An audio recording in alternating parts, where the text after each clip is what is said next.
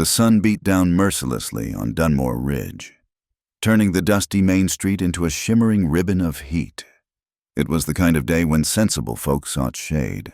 But today the townspeople gathered despite the scorching afternoon. They lined both sides of the street, their faces a mixture of curiosity and discomfort, watching as Etta Monroe was led toward the small wooden church at the end of town. The wedding dress hung on her slender frame like a shroud, made of stiff white cotton with yellowed lace at the collar and cuffs. It had belonged to her late mother. Now it served a different purpose, binding her to a future she hadn't chosen.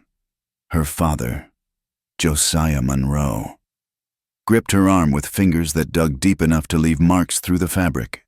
His weathered face showed no emotion, just the grim determination of a man settling his debts. "Keep your head up, girl," Josiah muttered through clenched teeth. "Don't shame me now." Etta's green eyes stared straight ahead, seeing nothing and everything at once. The faces of neighbors she'd known all her 19 years blurred together. Mrs. Patterson from the general store clutched her handkerchief. Old Samuel the blacksmith turned away. Young Timothy Walker, who'd once carved her initials in the schoolhouse oak, wouldn't meet her gaze. They all knew this wasn't right, but none would speak against Franklin Darr. Darr waited on the church steps, a satisfied smile playing on his thick lips. Nearly 50 years old, with graying hair slicked back with pomade and a belly that strained against his brocade vest. He looked like what he was, a man who'd grown fat on other people's misfortunes. His land holdings stretched from Dunmore Ridge to the Colorado border, built on foreclosed farms and broken promises. "There's my bride," Darr called out, loud enough for all to hear. "Pretty as a picture, wouldn't you say, Reverend Michael stood in the church doorway, his Bible clutched to his chest. The young minister had arrived in Dunmore Ridge only 6 months ago, full of Eastern ideals about bringing civilization to the frontier. Now his Adam's apple bobbed nervously as he watched the procession approach. "Mr. Darr, perhaps we should speak inside first about—" "Nothing to speak about. Reverend, the terms are settled. Monroe owes me $10,000. His daughter's hand clears the debt. Simple business." The word business hung in the air like a curse. Several women in the crowd dabbed at their eyes. Etta's best friend, Mary Sullivan, took a step forward as if to intervene, but her husband pulled her back with a warning look. Etta's legs moved mechanically, one step after another. 20 feet from the church, 15, 10. The wooden steps creaked under her father's boots as they climbed. She could smell Darr's cologne, something expensive and cloying that didn't belong in a frontier town. His hand reached out to take hers, thick fingers adorned with gold rings. "Come now, my dear. No need for such a long face.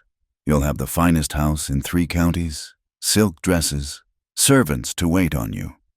"I don't want silk dresses." The words escaped before Etta could stop them. Barely above a whisper, but clear enough to make Darr's smile falter. What was that? She said nothing. Josiah interjected quickly, his grip tightening. "The heat's got to her. Let's get inside." That's when they heard it, the slow clip-clop of hooves on packed earth. A lone rider appeared at the far end of the street, moving with unhurried purpose through the heat shimmer. As he drew closer, details emerged: worn leather chaps, a dust-covered duster despite the heat, a wide-brimmed hat pulled low against the sun. Most notably, a Winchester rifle rested across his saddle horn. His hand draped casually but deliberately over the stock. The crowd parted as the rider continued forward, stopping his paint horse directly in front of the church. When he pushed back his hat, Etta saw a face carved by wind and sun. Probably 30 years old, with dark eyes that took in everything and gave away nothing. She'd heard about the new hand at Helen Travers's ranch, but had never seen him up close. "Afternoon, folks," the stranger said, his voice carrying the easy drawl of Texas or somewhere further south. "Quite a gathering for such a hot day." Darr stepped forward, puffing out his chest. This is a private affair. Cowboy, move along." The rider, Colt Harris, though few in town knew his name yet, shifted slightly in his saddle. The movement was small, but somehow changed everything. The Winchester's barrel now pointed in Dar's general direction, though Harris's posture remained relaxed. "Private affair," Harris repeated slowly, as if tasting the words. "Funny thing is, the lady there doesn't look too keen on the proceedings.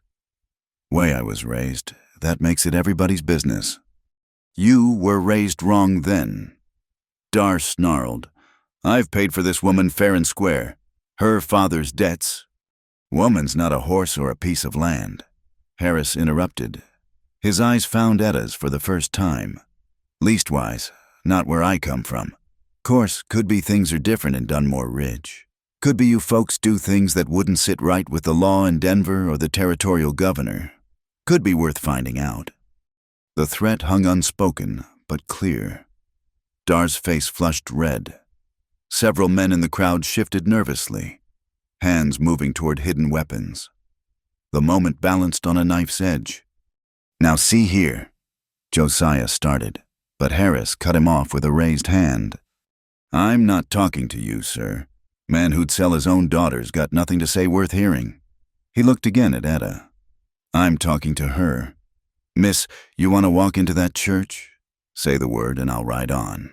But if you're being forced—" He let the Winchester's barrel rise just a fraction. "Well, that's something else entirely." The street fell silent except for the buzzing of flies and the distant bark of a dog. Every eye turned to Etta. Her father's fingers dug deeper into her arm. Dar's breathing grew heavy. The Reverend clutched his Bible tighter. Etta looked at the stranger on the horse. She didn't know him, had no reason to trust him, but there was something in his eyes. Not pity, which she would have hated, but a simple recognition of wrong being done and a willingness to stand against it. Her voice cracked. She swallowed, tried again. "I don't want to marry him." "You don't know what you're saying," Josiah hissed. "The debt? Then you should have thought harder before gambling away money you didn't have," Harris said flatly. "Man's debts are his own. They don't pass to his children like livestock." Dar's face had gone from red to purple. "You have no right. No legal standing. I'll have the sheriff." "Sheriff's in Milltown till Tuesday," someone in the crowd called out. "Won't be back for 3 days." Harris smiled then, just slightly. "Seems we'll have to sort this out ourselves then, like civilized folk." He swung down from his horse in one fluid motion. The Winchester now held loose but ready in his hands. "Miss, if you want to leave, my horse is right here. Helen Travers has need of help at her ranch. Good honest work, roof over your head, and nobody forcing you into anything." "This is kidnapping," Dar roared. "You're stealing my property." The word property rippled through the crowd like a stone thrown in still water. Even some of Dar's usual supporters looked uncomfortable. This was 1882, not 1850. The war had been fought over such ideas. "Way I see it," Harris said conversationally, "I'm offering a job to a free woman. She can take it or leave it, but what she can't do is be forced into a marriage she doesn't want. Not while I'm standing here." Etta felt her father's grip loosen slightly. He was calculating, she knew, weighing the cost of defiance against the shame of backing down. Franklin Dar had the money and influence, but this stranger had a rifle and the kind of steady calm that suggested he knew how to use it. "Etta," her father said, his voice low and urgent. "Think about what you're doing. Think about your sisters. Think about our family's name."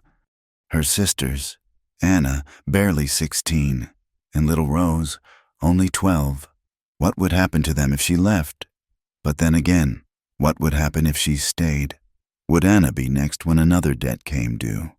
"If I go with you," she said to Harris, her voice stronger now, "what guarantee do I have?" "None but my word and Mrs. Travers' reputation," Harris replied honestly. "But that's more than you're getting here." Dar made one last attempt.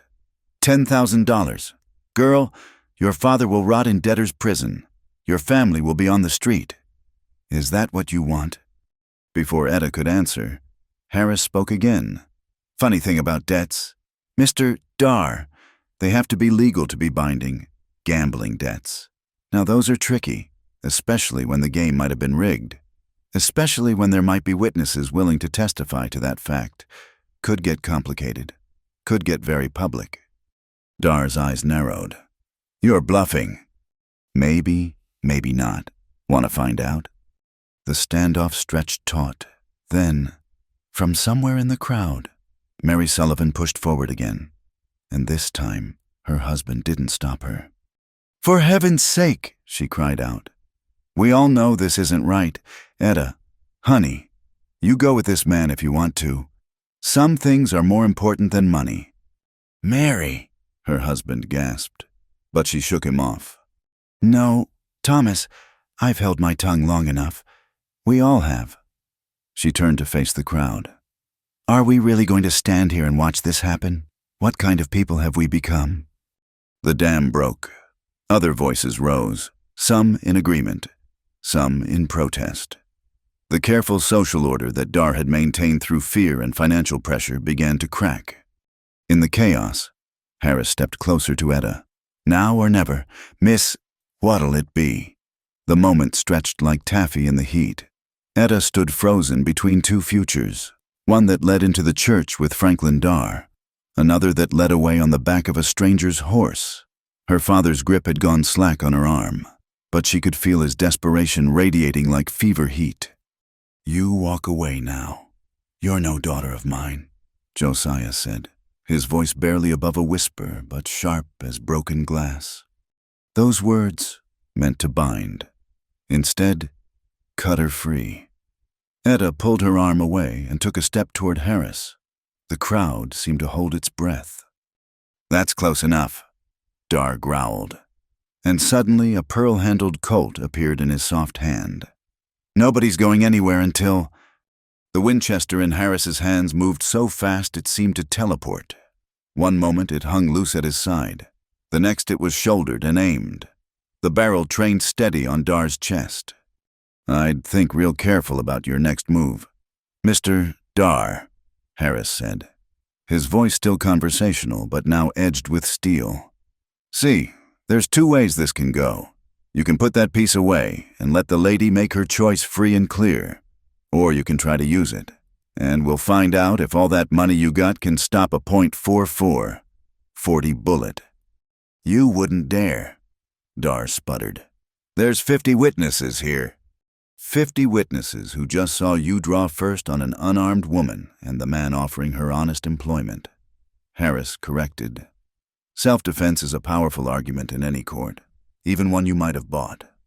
Reverend Michaels stepped forward, hands raised. "Gentlemen, please, this is a house of God. Surely we can resolve this without bloodshed." "I'm all for that, Reverend," Harris agreed, never taking his eyes off Dar. Just waiting on Mr. Dar to holster his iron. The tension crackled through the afternoon air. Several women had pulled their children back into doorways. Men fingered their own weapons but seemed unsure which side to take. The social order of Dunmore Ridge was coming apart at the seams, and nobody knew quite what would replace it. Dar's face had gone from purple to an unhealthy white. Sweat beaded on his forehead, running down to sting his eyes. His hand trembled slightly, the pearl-handled Colt wavering. You got no idea who you're crossing. Cowboy. He said, "I own half this county. I got friends from here to Denver. You take her, and I'll see you hunted down like dogs." "Maybe," Harris allowed. "But that's tomorrow's problem. Right now, today's problem is that gun in your hand. You going to use it or put it away?" From somewhere in the crowd, old Samuel the blacksmith spoke up. "Put it away, Franklin. This has gone far enough." "Stay out of this, old man," Dar snapped, but his voice had lost some of its force. "No, sir, I won't," Samuel replied, stepping forward. His massive arms, built by 30 years at the forge, crossed over his broad chest. I kept quiet when you foreclosed on the Millers, held my tongue when you took the Hendersons' farm, but I won't stand by and watch you force a young woman into marriage at gunpoint. Nor will I, added Doc Brennan. Emerging from his office down the street, the elderly physician commanded respect from everyone in town. This isn't the Dark Ages. Franklin, women aren't chattel to be bought and sold. More voices rose in agreement. The tide had turned decisively against Dar, and he knew it. His face twisted with rage and humiliation as he slowly, reluctantly, lowered his gun. "This isn't over," he said, holstering the Colt. "Not by a long shot." "I reckon it is for today," Harris replied, finally lowering the Winchester. He turned to Etta. "Miss, what'll it be?" Etta looked at her father one last time. Josiah's face had aged 10 years in 10 minutes. Behind him, she could see her sisters in the crowd, Anna holding Rose's hand, both of them watching with wide, frightened eyes. Her heart broke a little, but she knew what she had to do. "I'll go with you," she said clearly. The words seemed to echo off the storefront. Harris nodded once, then whistled soft and low. His paint horse, trained to perfection, walked forward to stand beside them. "You'll need to change out of that dress," Harris said practically. "Can't ride proper in all that fabric. Anyone got clothes that might fit the lady?" Mary Sullivan pushed through the crowd again. "I do. Come with me. Honey, we'll get you sorted." As the women started to move away, Dar found his voice again. "She's mine," he roared. "I paid for her $10,000. Harris turned back, and for the first time, his easy demeanor cracked to show something harder underneath. Mr. Dar, you keep saying that like it means something. Let me explain something to you about the law, seeing as how you're so fond of it. The 13th Amendment to the Constitution of these United States says nobody can own another person. Not for $10,000. Not for $10 million. And if you've got paperwork saying different, then that paperwork isn't worth the match it'd take to burn it. The debt is between you and him." Harris jerked his head toward Josiah. "Take it up in court if you want. Sue him. Throw him in debtor's prison if that's your pleasure. But his daughter isn't collateral. She's a free woman making a free choice." Dar's hand twitched toward his gun again, but Samuel and several other men had moved to flank Harris. The message was clear. The town had chosen sides. "You're making a powerful enemy today, Cowboy," Dar said, his voice low and dangerous. "You and that interfering widow Travers both. I've got influence you can't imagine, resources you can't match. You think you're saving her, you're just delaying the inevitable." "Maybe," Harris said again. "But I've found that sometimes delaying the inevitable long enough means it stops being inevitable at all." Mary Sullivan returned with Etta, who had changed into a simple riding skirt and blouse. The wedding dress lay discarded in the dust, looking like a shed skin. Etta moved with new purpose, though her hands shook slightly as she approached the horse. "Can you ride?" Harris asked. "A little." "Good enough. You'll sit in front. Hold tight and let me handle the reins." He mounted first, then reached down to help her up. It was an awkward business with everyone watching, but they managed. Etta settled against him, acutely aware of the impropriety but beyond caring. "One more thing," Harris said, raising his voice to Carrie. "Anybody follows us. Anybody makes trouble for Mrs. Travers or this young lady. They'll answer to me. And I promise you, I'm a lot less civilized when I'm not standing in front of a church." He touched his heels to the paint's flanks, and they started forward. The crowd parted silently. As they passed, Etta saw a mix of emotions on the faces: relief, approval, fear, uncertainty. Change had come to Dunmore Ridge, sudden and uninvited, and nobody quite knew what it meant yet. "Etta!" Anna's voice rang out. Her sister had broken free from the crowd and run forward. "Etta, don't leave us!" Harris reined up. Etta twisted to look down at her sister, tears streaming down both their faces. "I have to, Anna, but I'll come back for you, I promise. Take care of Rose. Be strong." "This is your doing," Josiah said to Harris, finding his voice at last. "You've ruined everything, destroyed my family." "No, sir," Harris replied quietly. "You did that yourself the minute you tried to sell your daughter. I just gave her another option." They rode on. At the edge of town, Etta turned for one last look. The crowd was dispersing. The drama over for now.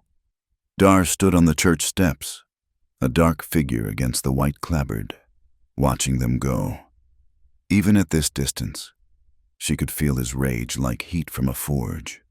"He won't give up," she said quietly. "I know," Harris replied. "But that's a problem for another day. Right now, let's just concentrate on getting you somewhere safe." They rode into the open country, leaving Dunmore Ridge and its complications behind. The sun was beginning its descent toward the western mountains, painting the sky in shades of gold and crimson. Etta had no idea what lay ahead, but for the first time in months, she could breathe freely. "Why did you do it?" she asked eventually. "You don't know me. You've got no stake in this." Harris was quiet for so long she thought he wouldn't answer. When he finally spoke, his voice was thoughtful. Man sees something wrong. He's got two choices: walk on by and live with it, or step in and deal with the consequences. I've done my share of walking by. Figured it was time to try the other way. "But Dari is a bully and a coward who's had his own way too long. Men like him, they're like infection. Let them go unchecked and they poison everything around them. Someone's got to stand up eventually. Might as well be today." They rode in silence after that. The rhythmic clip-clop of hooves and the whisper of wind through grass the only sounds. As the miles stretched between them and town, Etta felt something inside her begin to unknot. She wasn't free yet. Dar would come after them. She was certain.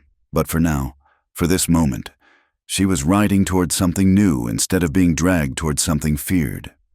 The paint horse was sure-footed and strong, carrying them steadily across the landscape. Harris rode with the easy grace of someone who'd spent more time in the saddle than out of it. Despite everything, the danger, the impropriety, the uncertain future, Etta felt oddly safe. "Thank you," she said softly as the first stars began to appear in the darkening sky. "Don't thank me yet," Harris replied. "We've got a ways to go before this is over, but you're welcome all the same." They rode on into the gathering dusk. Two strangers bound together by a moment of courage and defiance, heading toward whatever fate awaited them at the Mad Dog Ranch. The Mad Dog Ranch appeared just as the last light was fading from the sky. A collection of buildings nestled in a valley between two gentle rises. Lamplight glowed warm in the windows of the main house, and somewhere a dog barked once before falling silent. The place had a settled, peaceful look that seemed at odds with its fierce name. "Why do they call it Mad Dog?" Etta asked as they approached the gate. "Previous owner got bit by a rabid dog, or so the story goes," Harris replied. "Went mad and shot up half his livestock before they put him down. Mrs. Travers bought the place cheap at auction, but the name stuck. She says she likes it, keeps the timid folk away." As if summoned by her name. A woman emerged from the house onto the wide front porch. Helen Travers was not what Etta had expected.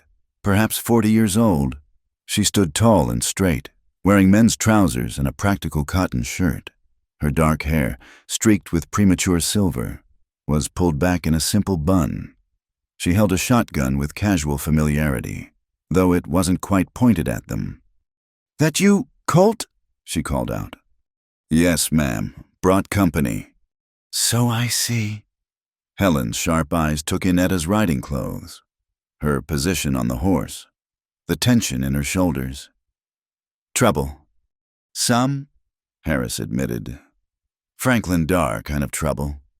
Helen's expression hardened. "That snake, well, bring her in. We'll sort it out over supper." The shotgun disappeared inside the door, and Helen descended the steps to meet them as Harris helped Etta dismount. Her legs, unaccustomed to riding, nearly buckled, but Helen caught her elbow with a firm grip. "Steady now. You're safe here." Helen's voice was kind but matter-of-fact. "What's your name, child?" "Etta Monroe, ma'am." "Josiah Monroe's daughter." At Etta's nod, Helen's expression grew even more grim. "I heard he owed Dar money. Don't tell me he tried to— Lord Almighty. Come inside. You need food and rest. Colt, see to the horses, then join us." The interior of the house was a revelation. Etta had expected something rough, befitting a ranch run by a widow in the wilderness. Instead, she found a home of surprising refinement. Books lined one wall of the main room. Good furniture, not fancy but well-made and cared for, filled the space. A painting of mountains at sunset hung above the fireplace. "Sit," Helen commanded, guiding Etta to a chair near the fire. "You're shaking." Etta hadn't realized she was until that moment. The events of the day crashed over her like a wave, and suddenly she couldn't stop trembling. Helen disappeared into the kitchen and returned with a glass of amber liquid. "Whiskey, medicinal purposes. Sip it slow." The liquor burned, but it also steadied. By the time Harris entered, hat in hand, Etta had stopped shaking and was able to tell her story clearly. Helen listened without interruption, her face growing stonier with each detail. So Colt stepped in. Etta concluded, "And here I am. I know it's an imposition, ma'am, but he said you might have work." "Imposition nothing," Helen said firmly. "Any enemy of Franklin Dar is welcome at my table. That man—" She paused, visibly collecting herself. "We have history, him and me, none of it good." She rose and began setting the table with brisk efficiency. "You'll stay, of course. There's always work on a ranch, and I could use another pair of hands. Can you cook?" "Yes, ma'am, and keep house." "Good, though you'll learn more than that here. This is a working ranch, not a finishing school. Everyone pulls their weight." Helen glanced at Harris. "Including cowboys who bring home strays." "Now, Helen," Harris began, but she waved him off. "Don't now Helen me. Colt Harris. You did right, but you've also painted a target on this ranch. Dar won't let this go." "I know.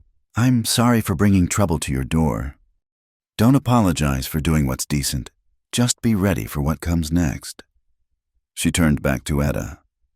"After supper, I'll show you to your room. Tomorrow we'll find you some proper work clothes. Those town things won't last a day out here." Supper was a simple affair.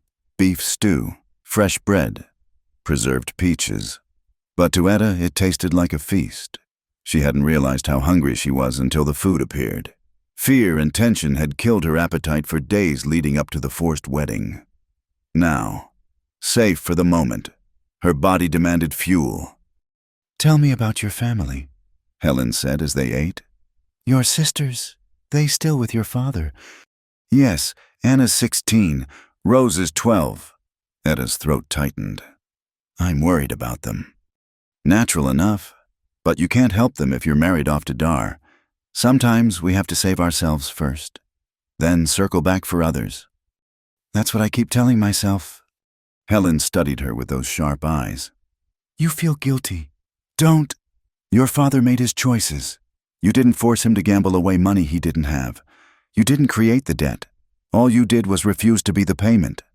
After supper, Helen led Etta upstairs to a small but clean room under the eaves. A narrow bed with a quilted coverlet, a washstand, a small wardrobe, and a window looking out over the ranch yard. "This was my daughter's room," Helen said quietly. "She died of fever 5 years back, along with my husband, 15 years old. I'm so sorry." "Life is hard out here. We do what we must to survive." Helen's voice was steady, but old pain flickered in her eyes. "That's why I understand what you're facing. My own marriage wasn't exactly my choice either. My father owed money to a business partner. The partner had a son. You can figure the rest. But you said your husband died." "He did, and despite everything, we found a way to care for each other. Marcus wasn't a bad man, just caught up in his father's schemes like I was in mine. We made a life together, had our Margaret. Helen shook off the memories. But that was different. Marcus was young, kind. Dar is neither. You were right to run. She showed Etta where things were. Linens in the hall cupboard. Necessary facilities out back. Water pump in the kitchen. Breakfast is at dawn. We'll ease you into the work, but everyone contributes. That's the rule here. I'm not afraid of hard work. Good, because Dar's going to make life difficult for us all. He's got influence, money, connections. He can make it hard to sell our cattle, buy supplies, hire hands. But I've survived worse than Franklin Dar, and you will too. Helen started to leave, then paused in the doorway. That took courage today. Speaking up in front of the whole town. Most would have just gone along. I was terrified, Etta admitted. Courage isn't about not being afraid. It's about doing what's right despite the fear. Remember that. She smiled then, transforming her stern features. Sleep well, Etta. Tomorrow your new life begins. Alone in the room that had belonged to a dead girl, Etta sat on the bed and finally allowed herself to cry. Silent tears for her sisters, for the father who had betrayed her, for the life she'd left behind, but also tears of relief, of gratitude for Colt Harris's intervention and Helen Travers's sanctuary. A soft knock interrupted her tears. Miss Monroe, Harris's voice came through the door. You all right? She wiped her face quickly. Yes, come in. He entered hesitantly, looking uncomfortable in the feminine space. Just wanted to check. It's been a hard day. Why did you really do it? She asked. The truth this time. Harris was quiet for a moment, then sat on the room's single chair. I had a sister once, Sarah, sweetest girl you ever met. Our parents died when she was 14, and I was working cattle drives, sending money home when I could, but it wasn't enough. His voice grew rough. Man named Thompson in our town, owned the feed store, said he'd marry her, take care of her. She didn't want to, but I wasn't there, and the neighbors convinced her it was for the best. What happened? Thompson was a drunk, a mean one, beat her regular. She wrote me letters, but I was 1,000 miles away on a drive. By the time I got back, he stopped, swallowed hard. She died trying to birth his baby, 15 years old. Oh, Colt. I found Thompson in his store, drunk as usual. Put a bullet in his leg. Would have killed him, but the sheriff stopped me. Did 2 years in prison for it. When I got out, I swore I'd never stand by and watch something like that happen again. So when I saw you today, saw your face, he shrugged. Couldn't ride by. They sat in silence for a moment. Then Etta reached out and touched his hand. Thank you for seeing me, for acting. He squeezed her fingers gently, then stood. You should rest. Tomorrow will come early, and Helen means it about everyone working. She's fair but tough. I'm tougher than I look. I believe you are. He paused at the door. Dar will come after us. Maybe not tomorrow, maybe not next week, but he'll come. I know. We'll be ready for him. Helen's got friends too, and this ranch has stood against worse than Franklin Dar. You're safe here. After he left, Etta changed into the nightgown Helen had left for her, another remnant of the lost daughter. She lay in the narrow bed, listening to the unfamiliar sounds of the ranch settling for the night. Somewhere, an owl hooted. Horses nickered in the corral. The house itself creaked and sighed like a living thing. She thought about her sisters, hoping they were safe. Thought about her father and wondered if he felt any remorse. Thought about Dar and knew this wasn't over. But mostly she thought about the strange turns life could take. This morning she'd woken a sacrifice to her father's debts. Tonight she lay in a dead girl's bed, under the protection of a widow who wore trousers and a cowboy haunted by his own lost sister. It wasn't the life she'd imagined for herself, but it was a life she'd chosen, and that made all the difference. As sleep finally claimed her, Etta's last thought was of tomorrow. Helen had said her new life would begin with the dawn. Whatever that life held, hard work, danger, uncertainty, it would be hers, and that was worth everything she'd left behind. 3 weeks had passed since Etta's arrival at Mad Dog Ranch, and she'd begun to find her rhythm in this new life. Her hands, once soft from town living, now bore calluses from work. Her face had taken on a healthy color from the sun. Most importantly, the constant knot of fear in her stomach had begun to loosen. She was gathering eggs in the chicken coop when she heard the horses, not the familiar sound of their own mounts, but multiple riders approaching fast. Her heart hammered as she peered through the coop's slats. 4 men, armed and dust-covered, were talking to Colt near the barn, even from a distance. She could see the tension in his stance. One of the riders had a distinctive scar running from his left eye to his jaw, a cruel mark that made his face memorable in the worst way. Mrs. Travers, Etta called, abandoning the eggs and running for the house. Helen emerged with her shotgun, taking in the scene with one sharp glance. Get inside. Load the rifle above the fireplace and watch from the window. Don't show yourself unless I call for you.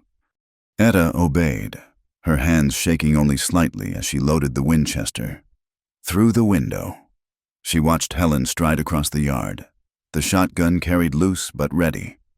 Gentlemen, Helen's voice carried clearly. State your business. The scarred man spoke, his voice rough as gravel. Looking for stolen property. Ma'am, girl about 19, brown hair, green eyes, ran off from her rightful husband 3 weeks back. No stolen property here, Helen replied evenly. Just free people working honest jobs. Now, ma'am, another rider interjected, trying for a reasonable tone. Mr. Dar's offering good money for information. $500 to anyone who helps return his bride. His bride. Helen's voice could have cut steel. Last I heard, you need a completed ceremony to have a bride. What Mr. Dar had was a kidnapping victim. The scarred man's hand drifted toward his pistol. Careful with your words. Woman, Mr. Dar's got legal papers saying different. Does he now? Colt spoke for the first time, his voice deceptively mild. Love to see papers that override the United States Constitution. Must be some special kind of document. You the one took her? The scarred man studied Colt with cold eyes. Dar's got a reward on you too, Cowboy. $1,000, dead or alive. Generous of him, Colt observed. Though I'd check the legality of that bounty if I were you. Sheriffs tend to frown on murder for hire, even when it's dressed up pretty. The tension stretched taut through the window. Etta counted 3 more ranch hands emerging from various buildings, all armed. The odds had shifted, and the riders knew it. The scarred man spat tobacco juice. This ain't over. We know she's here. Dar's patient, but not forever. Smart thing would be to send her back before anyone gets hurt. Smarter thing would be for Dar to accept that no means no, Helen countered. Now get off my land before I forget my manners. The riders exchanged glances. They were outnumbered and outgunned, and everyone knew it. With visible reluctance, they turned their horses. We'll be back, the scarred man promised. With more men in legal writs, this ranch ain't big enough to hide her forever. They rode off in a cloud of dust. Helen didn't lower her shotgun until they were specks on the horizon. Pack what you need, she told Colt when she returned to the house. Light supplies for 3 people, bedrolls, ammunition. We leave after dark. Where are we going? Etta asked, still gripping the rifle. My sister Clara runs a boarding house for women near the Colorado border. It's a 2-day ride if we push hard. We'll lay low there until we figure out our next move.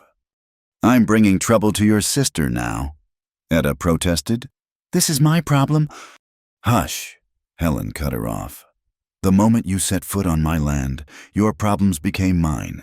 That's how it works out here. Besides, Clara's tougher than she looks, and she's got no love for men like Dar. They spent the afternoon preparing. Helen showed Etta how to pack a bedroll properly, what supplies were essential for hard riding. The other hands would stay to run the ranch and maintain the pretense that everyone was still there. Old Jake knows what to do, Helen explained, referring to her grizzled foreman. He'll keep things running and send word if Dar's men return. As the sun began its descent, Etta found herself in the barn, helping Colt saddle the horses. They worked in companionable silence until she spoke. That man, the one with the scar, he looked like he'd enjoy hurting people. Silas Crude, Colt said grimly. Heard of him when I worked down south. Gun for hire. Specializes in the dirty work rich men don't want to soil their hands with. If Dar's hired him, things are worse than I thought. Maybe I should just go back. Face whatever. Don't. Colt's voice was sharp. He gentled it immediately. Don't even think it. Men like Dar don't forgive public humiliation.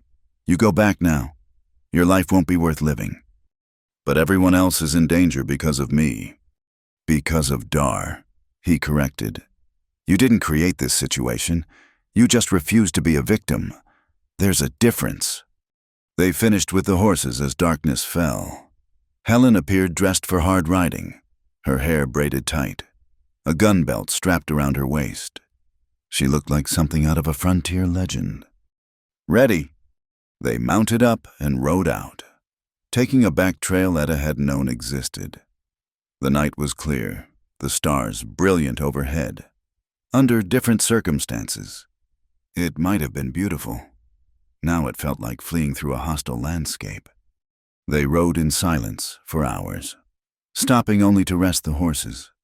Etta's body, still not fully accustomed to long rides, began to protest. She gritted her teeth and said nothing. If Helen, 20 years her senior, could manage it, so could she. Near midnight, Colt raised a hand for halt. Riders, he whispered, coming from the east. They pulled off the trail into a cluster of rocks. Etta held her breath as the sound of hooves grew closer. 4 or 5 riders passed within 50 feet of their hiding spot, heading toward the ranch they'd left behind.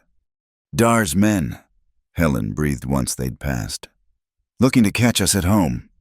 They waited another 10 minutes before emerging. The encounter had shaken them all.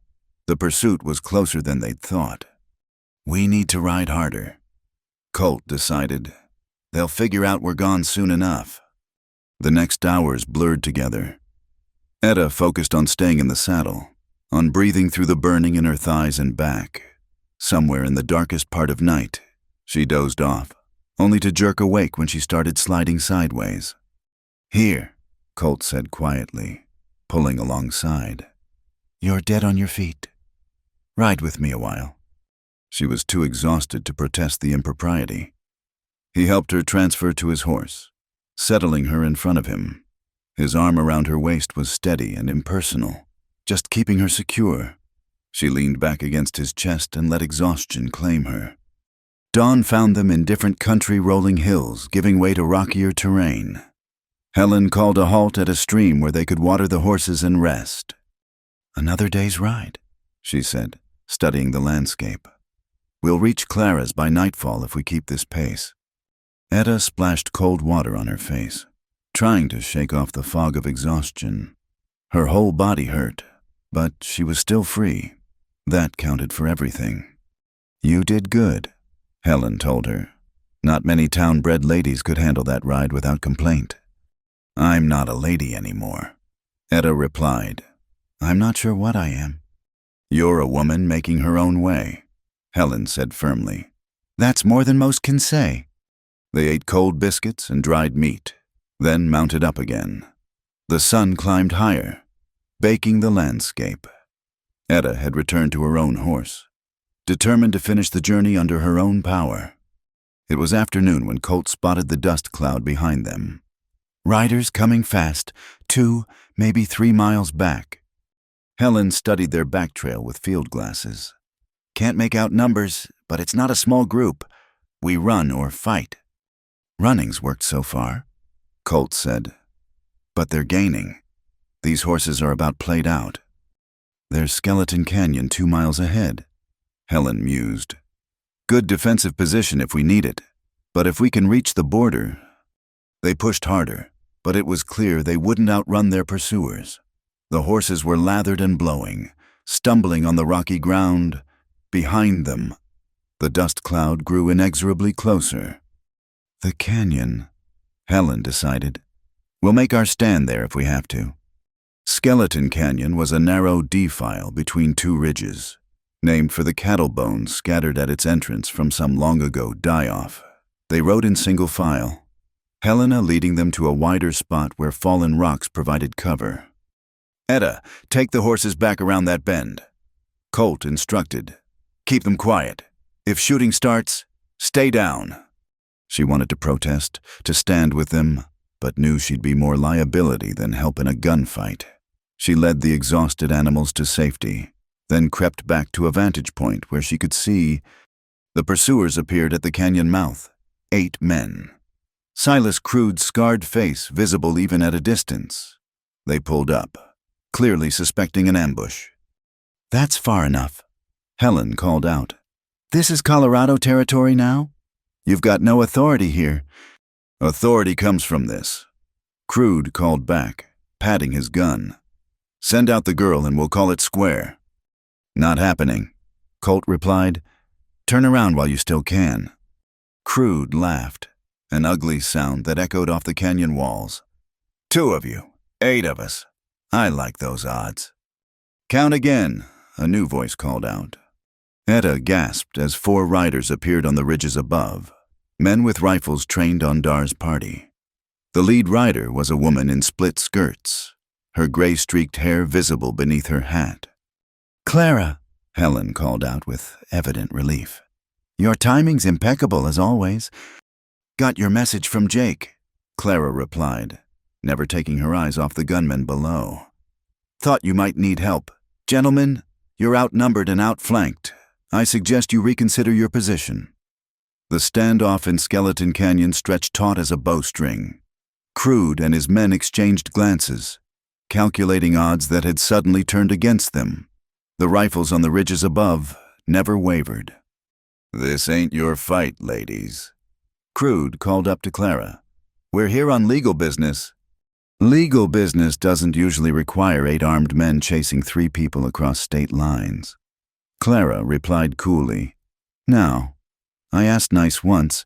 Turn around and head back to whatever hole Franklin Dar pulled you out of. Crude's scarred face twisted. You're making a mistake.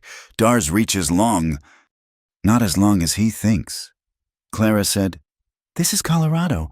We do things different here. For a moment, violence trembled in the air. Then one of Crude's men spoke up nervously. Silas, we're sitting ducks down here. Crude spat in disgust. This ain't over, not by half. He wheeled his horse around. Pull back, boys. We'll find another way. They retreated slowly, keeping their faces to the enemy until they were out of rifle range. Only when the dust of their departure had settled did everyone relax. Clara descended from the ridge, her 3 companions following.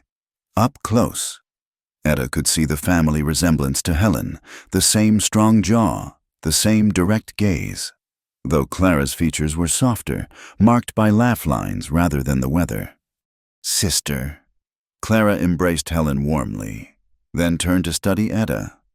So you're the young woman causing all this fuss. I'm sorry for the trouble, ma'am, Etta began, but Clara waved her off. Nonsense. Any woman standing up to Franklin Dar has my support. That man's a plague on decent folk everywhere. She looked Etta up and down appraisingly. Though you look about ready to fall over. When's the last time you ate a proper meal? The journey to Clara's boarding house took another 3 hours, but with Crude's men in retreat and Clara's riders as escort, it felt almost peaceful. The landscape changed as they rode, becoming gentler, with aspens replacing scrub brush and a river running clear and cold beside the trail. The riverside haven for women appeared as the sun was setting, a sprawling 2-story building with wide porches and welcoming lamplight in every window. Several women emerged as they approached, calling greetings to Clara and eyeing the newcomers with curiosity. "Welcome to my establishment," Clara said with evident pride. "We house women who need temporary shelter, help them find work or continue their journey west. Whatever their story, whatever their past, they're safe here." After seeing to the horses, they gathered in Clara's private dining room. Over a meal of roasted chicken and fresh vegetables, the first hot food Etta had eaten in 2 days, they discussed the situation. "Dar's not going to give up," Helen said bluntly. "He's got too much pride and money invested in this." "Then we use the law against him," Clara suggested. "I still have contacts from my days practicing in Denver. Judge Cornelius Walker owes me several favors. He's honest, can't be bought, and has no love for men who think money puts them above the law." "What could a judge do?" Etta asked. "My father did owe the money." "Debts can be collected through legal means," Clara explained. "But forcing marriage as payment, that's another matter entirely.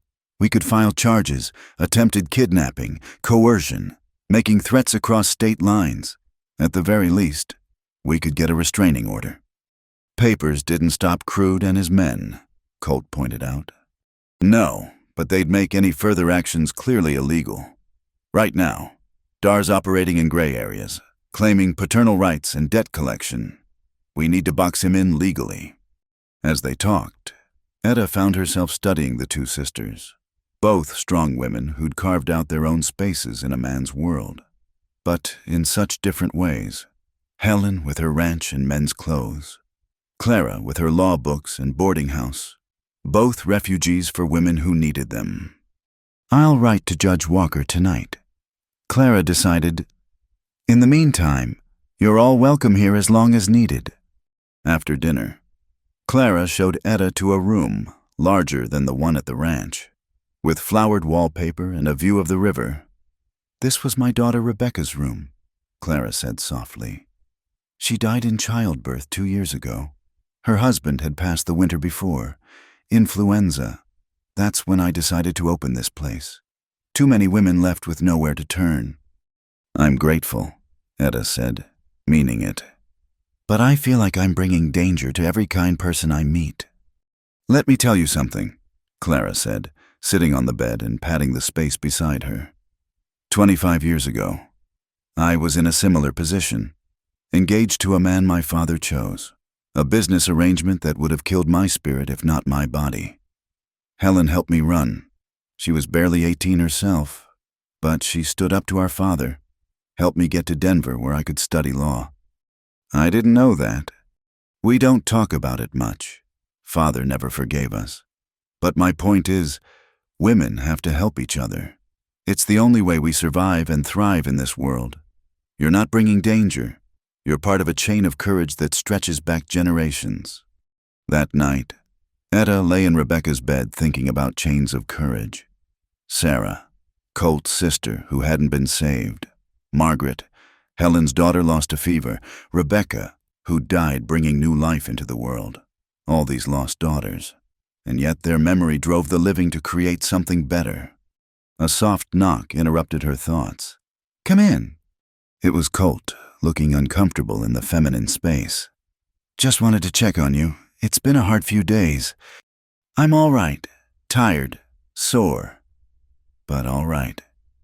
She studied his face in the lamplight. "What about you? You've risked so much for someone you barely know." He was quiet for a moment, then sat in the chair by the window. "Been thinking about that myself. At first, it was about Sarah, about not failing again, but now—" He paused, choosing words carefully. "You've got courage, real courage. The way you faced down your father, left everything behind, never complained during that brutal ride. Not many could do that." "I was terrified the whole time. But you did it anyway. That's what matters." He stood abruptly, as if he'd said too much. "We should talk about what comes next. Clara's legal approach is good, but Dar won't just accept a court order. He'll find other ways to come at us." "What do you suggest?" "We need something on him, some leverage. Men like Dar always have secrets, things they've done that wouldn't stand scrutiny. If we could find proof of his illegal dealings, my father might know something, Etta said slowly. He spent time with Dar, saw how he operated, but he'd never tell me. Might tell someone else, though, if the right pressure was applied. They were planning now, no longer just reacting. It felt good to be taking action instead of simply running. The next morning brought new energy. Clara had already sent her letter to Judge Walker and received a telegram from old Jake at Mad Dog Ranch. Crude's men had searched the place but found nothing and left without causing damage. They're being careful, Helen observed, trying to stay just inside the law. Then we need to be smarter. Clara said, Etta, I want you to write out everything you remember about Dar's dealings with your father. Every detail, no matter how small. Colt. Can you reach out to contacts who might know about Dar's other activities, Helen? You know ranchers who've dealt with him. See what stories you can gather. They dispersed to their tasks. Etta spent the morning writing, surprised by how much she remembered once she started. Her father's late-night meetings, overhead conversations, ledgers left open on his desk. A pattern emerged of loans made at crushing interest, properties seized on technicalities, families destroyed by Dar's greed. That afternoon, a young woman arrived at the boarding house seeking shelter. Mary Patterson, barely 17, had fled an arranged marriage in Kansas. As Clara settled her in, Etta saw herself just weeks ago, terrified, desperate, but taking that crucial first step toward freedom. It gets easier, Etta told the girl that evening. The fear fades. You start to believe you deserve better. How long did it take, Mary asked, to stop jumping at every sound? I'll let you know when it happens, Etta admitted, and they both managed small laughs. 2 days passed in this strange peace. Etta helped Clara with the boarding house, learning the stories of other women who'd found refuge there. She practiced shooting with Colt, who insisted she know how to defend herself. Helen taught her to ride better, to read the land and weather. On the third morning, a telegram arrived that changed everything. Clara read it twice, her face paling. It's from Judge Walker. He's agreed to hear our case. But there's a problem.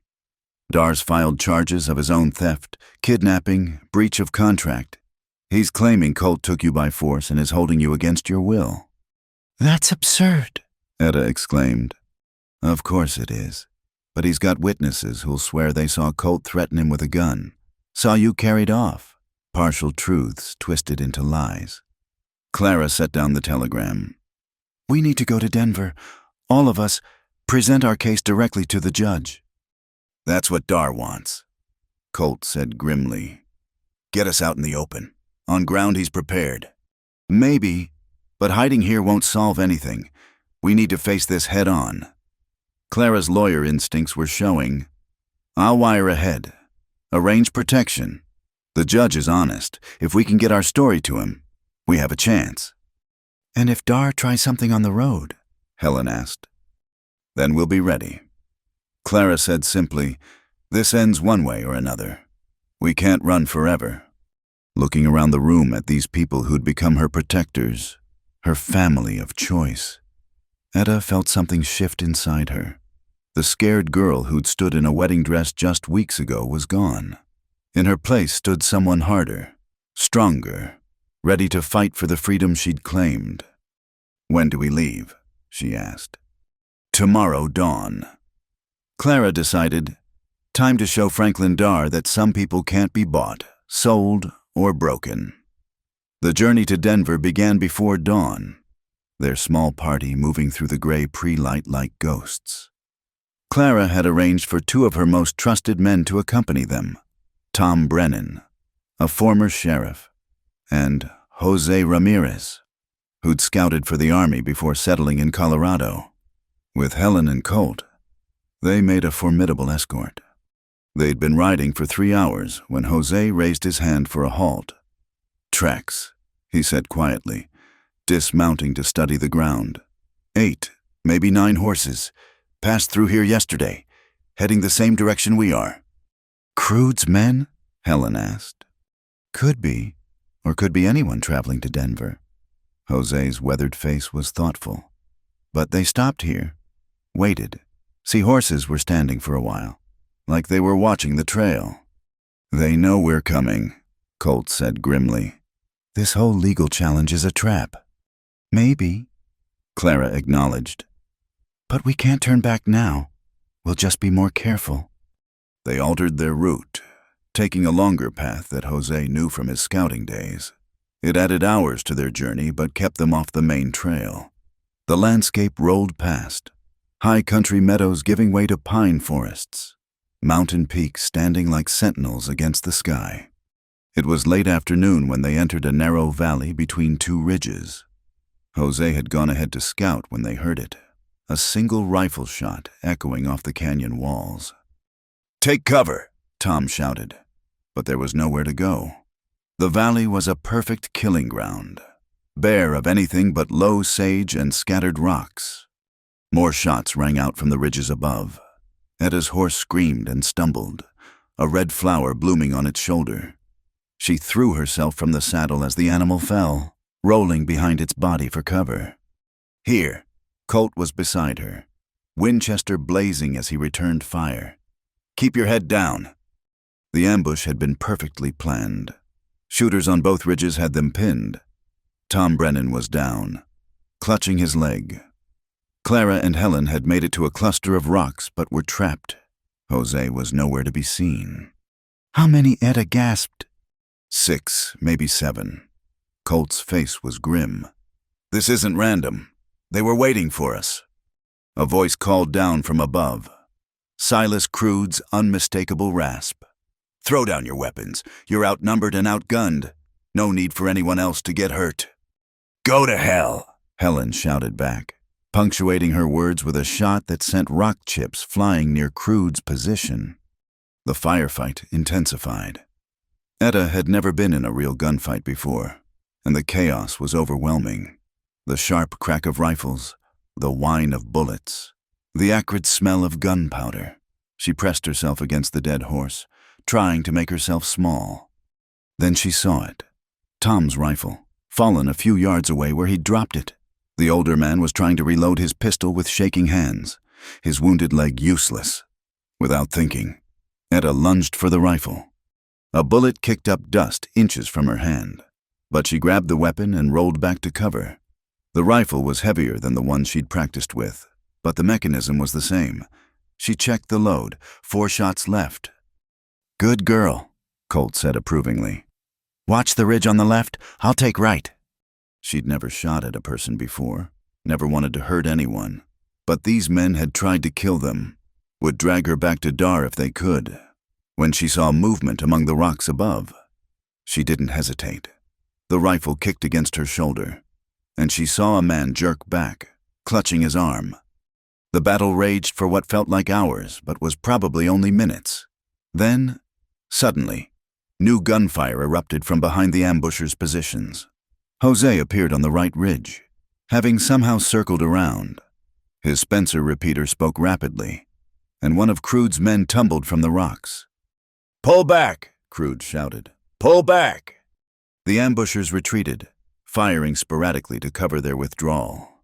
In moments, the valley was quiet except for the ringing in Etta's ears and Tom's labored breathing. "Everyone all right?" Clara called out. They regrouped quickly. Tom's wound was serious but not fatal. The bullet had passed through the meat of his thigh. Helen bandaged it with torn petticoats while Jose kept watch.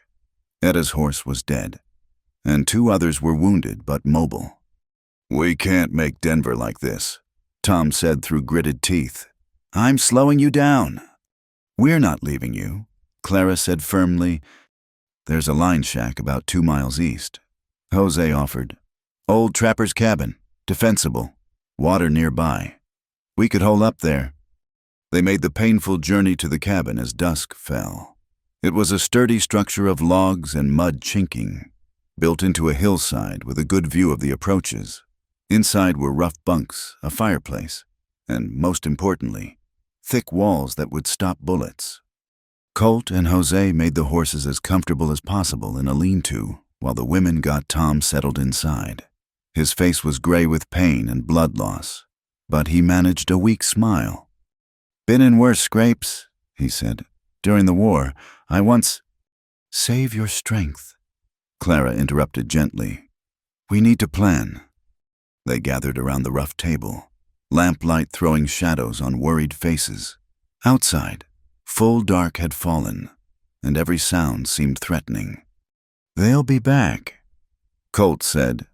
"Crude's not the type to give up after one failed attempt." "We're trapped here," Helen added. "Tom can't ride, and we're outnumbered." "Maybe that's what we want them to think," Jose said slowly. "This cabin, it's strong, good sight lines. If they come at us here, we've got the advantage." "But for how long?" Clara asked. "We have limited ammunition, limited food. They can wait us out." "Unless help comes," Etta said suddenly. Everyone looked at her. "Clara, you said you wired ahead to Denver. Won't they wonder when we don't arrive?" Clara's face brightened slightly. "Judge Walker knows we were coming. If we don't show by tomorrow afternoon, he'll send someone to look. Then we hold until then," Colt decided. "Jose, what's our defensive situation?" They spent the next hour preparing. The cabin had been well chosen by whatever trapper built it, firing slits in the walls, a back exit that led to the hillside, even a root cellar that could serve as a last refuge. They distributed weapons and ammunition, filled every available container with water from the nearby spring. Etta found herself stationed at a north-facing window with the rifle she'd claimed. Her hands were steady now, the earlier shock of violence replaced by grim determination. She'd shot a man today, wounded him at least. The thought should have horrified her, but all she felt was a cold resolve. These men stood between her and freedom. She wouldn't go back to Dar, wouldn't be sold like property. Not now, not ever. "You did well today," Colt said quietly, checking her position. "Not many could have kept their head in their first firefight." "I didn't have a choice." "There's always a choice. You could have hidden, let others do the fighting. You didn't." He paused, seeming to wrestle with words. "Etta, if something happens—" "Nothing's going to happen," she interrupted. "We're going to hold this cabin. Help will come from Denver, and we'll see Dar brought to justice." He smiled slightly. "You've changed. Few weeks ago, you were shaking in a wedding dress. Now look at you, planning tactics, holding a rifle like you were born to it. Maybe I was, maybe we all have strengths we don't know about until we're tested." A call from Jose ended their conversation. "Movement to the south. They're coming." The attack began with demands for surrender. Crude's voice carrying through the darkness with promises of safe passage if they gave up Etta. The defenders' response was silence. Then came the rushed dark figures moving through the moonlight, the night exploding in gunfire. The cabin's thick walls proved their worth. Bullets thudded harmlessly into the logs while the defenders' return fire, directed through the firing slits, took a toll. Etta forced herself to aim carefully, to squeeze the trigger smoothly as Colt had taught her. She saw men fall back, heard cries of pain. The first assault broke against the cabin like a wave against rock. Crude's men retreated, dragging wounded with them. In the lull that followed, Clara moved among the defenders, checking injuries. Jose had a graze on his cheek, Helen a splinter wound from flying wood, but nothing serious. "They'll try again," Tom said from his bunk. Despite his wound, he'd dragged himself to a window and added his pistol to the defense. He was right. The second attack came from multiple directions, trying to divide their fire, but the cabin's design and the defenders' determination held. Etta lost track of time, lost track of how many shots she'd fired. Her world narrowed to the window, the rifle, the targets moving in the darkness. Then fire bloomed in the night, burning arrows arcing toward the cabin's roof. This was what they'd feared. The logs were solid, but the roof was vulnerable. "The water buckets," Helen commanded. "Quickly!" They fought a battle on two fronts now, returning fire at the attackers while trying to douse the flames that caught in the roof shingles. Smoke began to fill the cabin, making eyes water and lungs burn. "We might have to abandon the cabin," Colt said grimly. "The root cellar." "Not yet," Clara said fiercely. "Dawn's not far off. We hold." The battle raged through the remaining hours of darkness. The roof fire was controlled but not extinguished, casting an eerie light over the defenders' smoke-blackened faces. Ammunition ran low. Tom had passed out from pain and blood loss. They were reaching the end of their endurance. Dawn broke gray and smoky over the besieged cabin. The attackers had pulled back during the darkest hour before sunrise, but everyone knew they were still out there, waiting. The roof fire had been mostly contained, but wisps of smoke still curled from charred shingles, and the acrid smell permeated everything. Etta's eyes burned from smoke and exhaustion as she maintained her watch at the window. Her ammunition was down to her last few rounds. Around her, the others looked equally worn. Tom Brennan remained unconscious, his breathing shallow but steady. Helen had a rough bandage around her left arm, where a bullet had grazed her. Even Jose, seemingly indestructible, moved stiffly from a night spent in cramped positions. "Water's almost gone," Clara reported quietly. "Food, too, not that anyone's thinking about eating." "How's the ammunition?" Colt asked, though he likely already knew the answer. "Maybe 20 rounds between all of us," Jose replied. "Not enough for another sustained fight."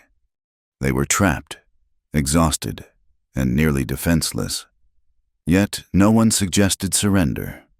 They'd all seen what men like Crude were capable of, knew what awaited Etta if she fell into Dar's hands. "Sun's full up," Helen observed. "If help's coming from Denver, it should be soon." "If help's coming at all," someone muttered. That's when they heard it, a voice calling from outside, but not Crude's harsh rasp. This was younger, uncertain. "Hello, the cabin, Miss Etta. Miss Etta Monroe. You in there?" Etta's heart leaped. She knew that voice. Timothy Walker. "Etta, thank God, don't shoot. I'm coming out with my hands up." Through the window, she saw a figure emerge from the tree line. It was indeed Timothy Walker, the boy who'd carved her initials in the schoolhouse oak back in Dunmore Ridge. But he wasn't alone. Behind him came 2 more figures, and Etta's breath caught. Anna Rose. She was at the door before anyone could stop her, throwing aside the heavy bar. Her sisters ran to her, all 3 collapsing together in a tangle of tears and embraces. Anna, looking older than her 16 years, clutched Etta fiercely. Little Rose, only 12 but trying to be brave, buried her face in Etta's smoke-stained shirt. "What are you doing here?" Etta managed between sobs. "We ran away," Anna said simply. "After you left, Father, he started talking about Dar having other uses for daughters, about debts still owed. I knew what that meant." "Timothy helped us," Rose added, looking adoringly at the young man who stood awkwardly nearby. "He stole his father's wagon, brought us all the way to Colorado looking for you." "But how did you find us here?" Timothy stepped forward, hat in hand. "We reached that boarding house yesterday, Miss Clara's place. The women there said you'd gone to Denver. We were following when we heard the shooting." He gestured toward the tree line. "Been hiding out there all night, waiting for a chance. Those men who were attacking you pulled back about an hour ago. Saw them riding hard toward Denver." "It could be a trick," Colt warned, though he'd lowered his rifle. "No," Jose said from his lookout position. "The boy's right. I see dust trails heading north. Multiple riders, moving fast." "But why would they retreat now?" Clara wondered. "Unless—" The answer came with the sound of many hooves. From the east, a column of riders appeared, uniformed men with the unmistakable bearing of authority. At their head rode a stern-faced man with silver hair and piercing blue eyes. "Judge Walker," Clara breathed. "He came himself." The judge and his escort of federal marshals approached the cabin carefully. taking in the bullet-scarred walls and smoldering roof. His sharp eyes catalogued each defender as they emerged, lingering on Etta and her sisters. "Miss Travers," he addressed Clara formally. "When you failed to arrive for our appointment, I grew concerned. It seems my worries were justified." "Judge Walker, we were ambushed." "I'm aware," he interrupted. "We encountered Mr. Crude and his associates on the trail. They're currently in custody, though Mr. Crude himself required some persuasion." One of the marshals behind him sported a spectacular black eye, suggesting the persuasion had been mutual. "Is everyone all right here?" The judge's manner softened slightly as he took in their condition. "Marshal Stevens, see to the wounded man inside. The rest of you look like you could use water and food." As the marshals set about providing aid and securing the scene, Judge Walker drew Clara aside. Etta couldn't hear their conversation, but she saw Clara's face cycle through relief, concern, and determination. "What about Father?" Rose asked quietly. "Is he angry we left?" "I don't care if he is," Anna said fiercely. "I won't go back. I won't let him sell us like he tried to sell you."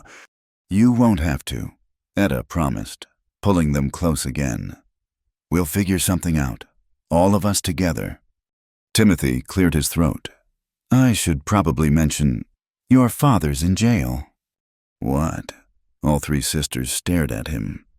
"After you girls left, he went kind of wild, drinking, breaking things. Sheriff finally locked him up for disturbing the peace. That's when I saw my chance to get you out." He shuffled his feet.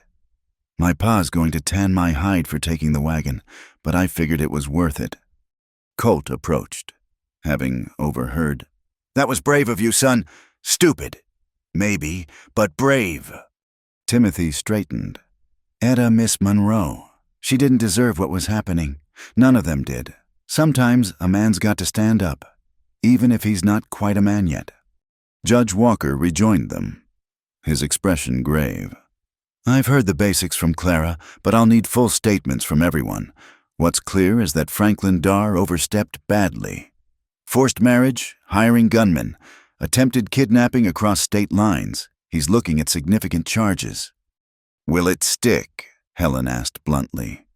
"Men like Darr usually find ways to slip free." "Not this time," the judge said firmly. "Too many witnesses, too much evidence, and Miss Monroe here has become something of a symbol. Word of her story has spread. There are newspaper men in Denver eager to hear her tale. Public sentiment matters, even to men like Darr." "I don't want to be a symbol," Etta said. "I just want to be free, and I want my sisters safe." "Understandable. We'll discuss guardianship arrangements back in Denver. For now, know that you're under the protection of the federal court." He paused, studying the scared but determined faces before him. "You've all shown remarkable courage. It's no small thing to stand against men like Darr and Crude." The journey to Denver was surreal after the violence of the night.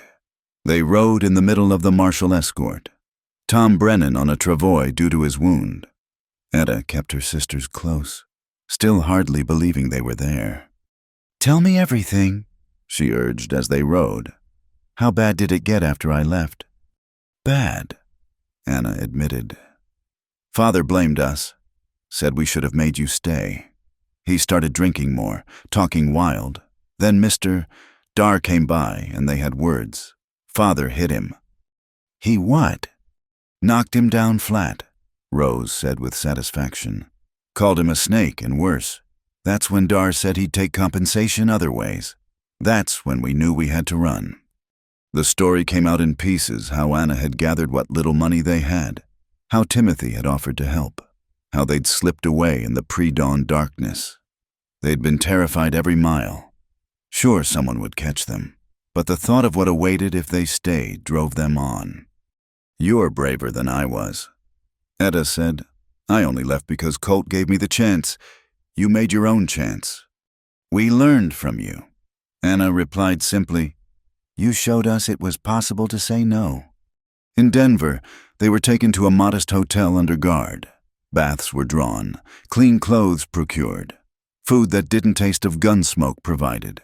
It felt unreal to be clean and safe after the night's ordeal. That evening, Judge Walker convened an informal hearing in his chambers. Crude, sporting shackles and a sullen expression, was brought in to face charges. Several of his men, those who'd survived the fight, were already negotiating plea bargains in exchange for testimony against Dar. Mr. Crude, the judge began. You stand accused of attempted murder, kidnapping, assault with intent, and conspiracy. How do you plead? Crude spat tobacco juice into a brass spittoon. I was hired to retrieve stolen property. Ain't no crime in that. Human beings are not property, Judge Walker said coldly. We settled that question some years ago. You'll have your formal trial, but I've heard enough to hold you without bail. As Crude was led away, still protesting, Etta felt a weight lift from her shoulders. One threat down, but Dar himself remained free, and she knew the fight wasn't over. Tomorrow, Judge Walker told them, we'll begin formal proceedings against Franklin Dar, Miss Monroe. Are you prepared to testify? It won't be easy. He'll have lawyers, influence, every dirty trick money can buy. Etta looked at her sisters, at Helen and Clara, who'd risked so much for her, at Colt, who'd started it all by refusing to ride by. Then she met the judge's eyes squarely. I'm ready, Your Honor. It's time someone told the truth about Franklin Dar. All of it. Good. The judge smiled slightly. Justice may be blind, but she appreciates brave witnesses. Get some rest. All of you. Tomorrow, we begin the fight to ensure no woman in this territory is ever again treated as chattel. As they left the courthouse, Colt fell into step beside Etta. You know Dar won't take this quietly. He's got too much to lose. I know. She surprised herself with how calm she felt. But I'm not running anymore. Whatever comes, we face it. He smiled then, that rare expression that transformed his weathered features. That's the spirit that's going to change things out here. One stubborn woman at a time. 3 stubborn women, Anna corrected, linking arms with her sisters. The Monroe girls together. God help anyone who stands against you, Helen murmured, but she was smiling too. The Denver courthouse stood like a fortress of justice in the morning light, its stone steps already crowded with curious onlookers and newspaper men. Word of the trial had spread through the city like wildfire. A young woman standing against one of the territory's most powerful men. It was the kind of story that sold papers and filled gossip circles. Etta stood at the bottom of those steps, flanked by her sisters and her protectors. She wore a simple but respectable dress that Clara had procured, her hair pinned up properly. She looked every inch the respectable young woman, not the desperate runaway of a few weeks ago. Remember, Clara coached quietly. Answer only what you're asked. Don't volunteer information. Dar's lawyers will try to twist your words. And if they get too aggressive, Helen added grimly, Judge Walker will shut them down. He runs a fair courtroom. Inside, the courtroom was packed. Franklin Dar sat at the defendant's table, looking prosperous and unconcerned in his expensive suit. His team of lawyers, 3 men from Denver's most prestigious firm, shuffled papers and whispered strategies. Dar's eyes found Etta as she entered, and his expression darkened. She met his gaze steadily, refusing to be intimidated. Those eyes had once terrified her. Now they just looked like the eyes of an aging man who'd grown too used to getting his way. All rise for the Honorable Judge Cornelius Walker, the bailiff announced. Judge Walker took his seat, his presence immediately commanding respect. We're here for the matter of Territory of Colorado versus Franklin Dar, charges including attempted forced marriage, conspiracy to kidnap, hiring armed men to commit violence, and crossing state lines in commission of these crimes. Dar's lead attorney, a silver-tongued man named Reginald Blackwood, immediately stood. Your Honor, we move for dismissal. These charges are based on misunderstandings and the hysterical claims of a young woman who fled her family obligations. Motion denied. Judge Walker said flatly. "I've reviewed the preliminary evidence. This case will proceed." The prosecution, led by a young but determined attorney named James Harrison, called Etta as the first witness. Walking to the witness stand felt like the longest journey of her life, but she held her head high. "State your name for the record," Harrison began gently. "Etta Marie Monroe." "Miss Monroe, can you tell the court about the events of August 15th? Etta took a breath and began. She told it all. Her father's gambling debts, Dar's proposition, the forced wedding dress, the terror of being marched toward a marriage she didn't want. The courtroom was silent except for her voice and the scratch of reporters' pencils. "And then Mr. Harris arrived," Harrison prompted. "Yes, he gave me a choice. The first real choice anyone had given me in months." "Objection," Blackwood rose. "The witness is editorializing." "Overruled. Continue, Miss Monroe." She described the escape, the pursuit, the attacks on the ranch and the cabin. Several times she had to pause, overcome by the memory of violence, but each time she gathered herself and continued. "Mr. Dar sent armed men after you?" "Yes, led by Silas Crude. They shot at us, tried to burn us out of a cabin." "Objection." Blackwood was on his feet again. "There's no proof my client hired these men." Harrison smiled slightly. "Your Honor, I'd like to present People's Exhibit A, a signed contract between Franklin Dar and Silas Crude for recovery services." The document was damning. Dar's own signature, promising payment for the return of stolen property, meaning Etta. The amount promised was substantial, with bonuses for quick resolution. Blackwood's cross-examination was brutal. He questioned Etta's virtue, her mental state, her relationship with Colt Harris. He tried to paint her as a fortune hunter, a confused girl led astray by a violent drifter. "Isn't it true, Miss Monroe, that you left willingly with a man you'd never met?" "I left with someone who offered me honest work instead of slavery," Etta replied firmly. "Slavery, dramatic words. Your father owed Mr. Dar a substantial sum." "Which was my father's debt, not mine. I'm not property to be traded for money owed." "But surely a daughter has obligations." "To be sold," Etta's voice rose. "To be given to a man older than my father against my will. What obligations are those?" "Mr. Blackwood." "Your Honor," Blackwood appealed. "The witness is being argumentative." "She's answering your questions," Judge Walker observed. "Perhaps you should ask better ones." Snickers ran through the gallery. Dar's face was growing red. The testimony continued for hours. When Etta finally stepped down, she was exhausted but unbroken. She'd told her truth, and the courtroom had heard it. Next came Colt, uncomfortable in his borrowed suit but steady in his testimony. He described finding Etta being forced toward the church, Dar's threats, the pursuit across the territory. "You drew a weapon on Mr. Dar," Blackwood pressed. "He drew first," Colt replied calmly. "I just made sure he thought twice about using it." "So you admit to threatening a prominent citizen?" "I admit to stopping a forced marriage. Where I come from, that's called doing right." Helen testified next, describing harboring Etta, the threats from Crude, the attacks on her property.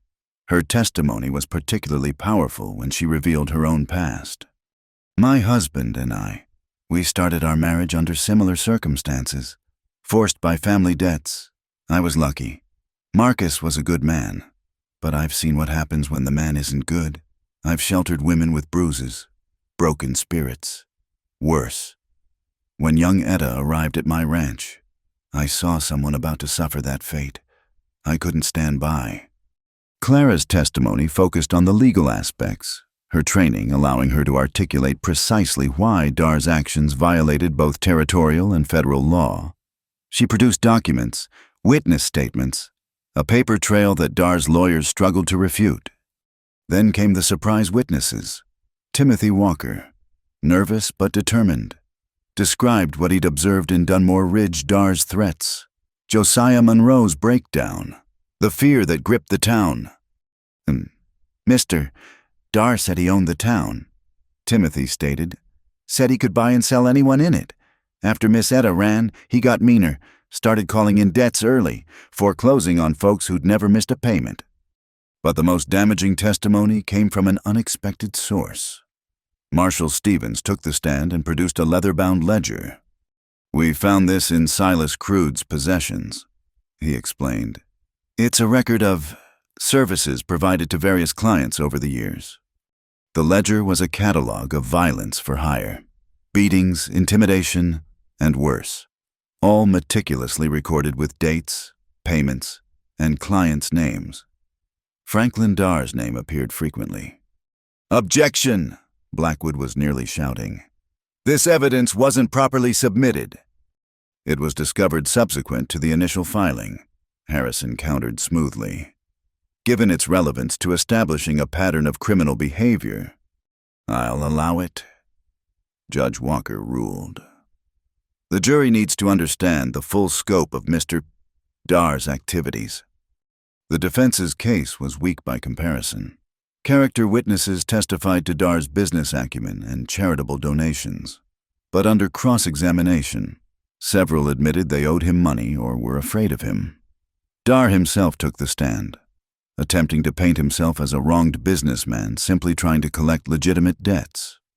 "The girl's father owed me $10,000, Dar stated, his voice oozing false reasonableness. "I offered a generous solution that would have seen her well cared for." "By forcing her into marriage," Harrison interrupted. "By offering her a life of comfort and security. Many young women would be grateful, but not Miss Monroe. And when she refused, you hired gunmen to drag her back. I hired security to recover stolen property. The girl was promised to me." "The girl," Harrison said sharply, "is a free citizen of these United States. Not property, not chattel, not yours to claim." The closing arguments were passionate. Blackwood painted his client as a misunderstood businessman, victim of a conspiracy by radical women and violent drifters. Harrison methodically destroyed each defense claim, returning always to the fundamental issue. No one had the right to force another person into marriage. "This case," Harrison concluded, "is about more than one young woman's freedom. It's about what kind of territory, what kind of nation we want to be. One where the rich can buy and sell the poor, where daughters are bartered to pay fathers' debts, or one where every person, regardless of sex or station, has the right to choose their own fate." The jury retired to deliberate. The wait was agony, though it lasted less than an hour. When they filed back in, not one juror would meet Dar's eyes. On the charge of conspiracy to commit forced marriage, guilty. On the charge of hiring armed men to commit violence, guilty. On the charge of attempted kidnapping, guilty. On all charges, guilty. The courtroom erupted. Reporters rushed for the doors to file their stories. Women in the gallery applauded. Dar's face went from red to white as the reality sank in. "Sentencing will be next week," Judge Walker announced. "Until then, the defendant will be remanded to custody. Bail is denied given the flight risk and danger to witnesses." As the marshals moved to take Dar away, he lunged toward Etta, his face contorted with rage. "You've ruined everything, you worthless!"